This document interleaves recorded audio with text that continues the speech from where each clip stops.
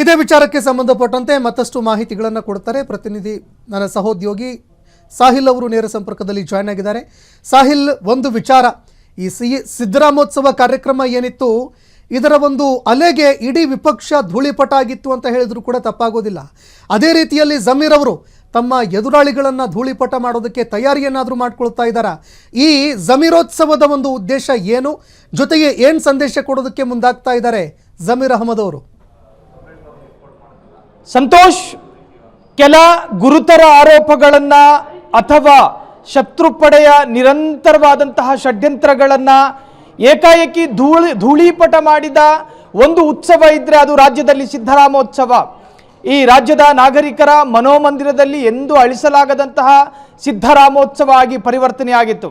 ಅದೇನೇ ಇರಲಿ, ಈಗ ರಾಜ್ಯದ ಅಲ್ಪಸಂಖ್ಯಾತ ಸಮುದಾಯದಲ್ಲಿ ಮುಸ್ಲಿಂ ಸಮುದಾಯ ಇಲ್ಲಿನ ರಾಜಕೀಯ ಸಮೀಕರಣದ ಅತ್ಯಂತ ಪ್ರಮುಖವಾದಂತಹ ಸಮುದಾಯ ಅಂತ ಕರೆಸಿಕೊಳ್ಳುತ್ತೆ.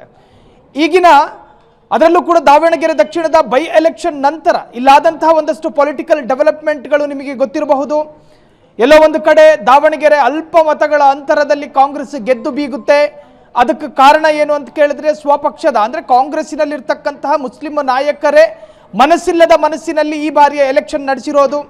ಸೊ ಈ ಕಾರಣಗಳಿಂದ ಎಲ್ಲ ಒಂದು ಕಡೆ ಮುಸ್ಲಿಂ ಸಮುದಾಯ ಕಾಂಗ್ರೆಸ್ ವಿರುದ್ಧ ತಿರುಗಿ ಬಿದ್ದಿರೋದ್ರಿಂದಾಗಿನೇ ಈ ತರಹದೊಂದು ದೊಡ್ಡ ಡ್ಯಾಮೇಜ್ ಆಗ್ತಾ ಇದೆ ಅಂತ ಹೇಳಿ ಮನಗಂಡಂತಹ ಕಾಂಗ್ರೆಸ್ ಸಾಕಷ್ಟು ಮುಸ್ಲಿಂ ನಾಯಕರುಗಳಿಗೆ ನೋಟಿಸನ್ನು ಕೊಡದೆ ಅವರನ್ನು ಪಕ್ಷದಿಂದ ವಜಾಗೊಳಿಸುವಂತಹ ಪ್ರಕ್ರಿಯೆಗೆ ಕೈ ಹಾಕಿತ್ತು.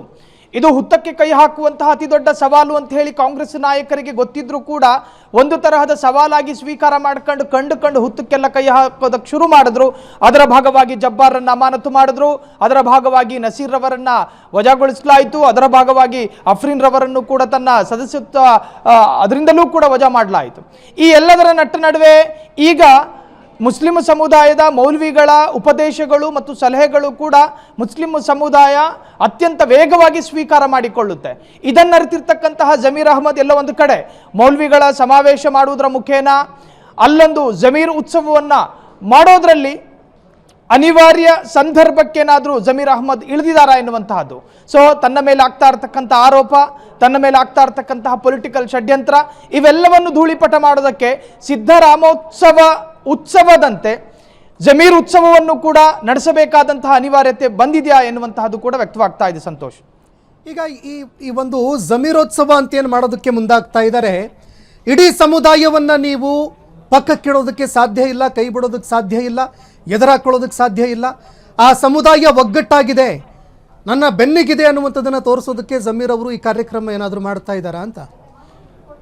ಸಂತೋಷ್, ಎಲ್ಲ ಒಂದು ಕಡೆ ಜಮೀರ್ ಅಹಮದ್ ಖಾನ್ ಅವರಿಗೆ ಇದು ಅನಿವಾರ್ಯ ಅಂತ ಹೇಳಿದ್ರು ಕೂಡ ತಪ್ಪಾಗೋದಿಲ್ಲ.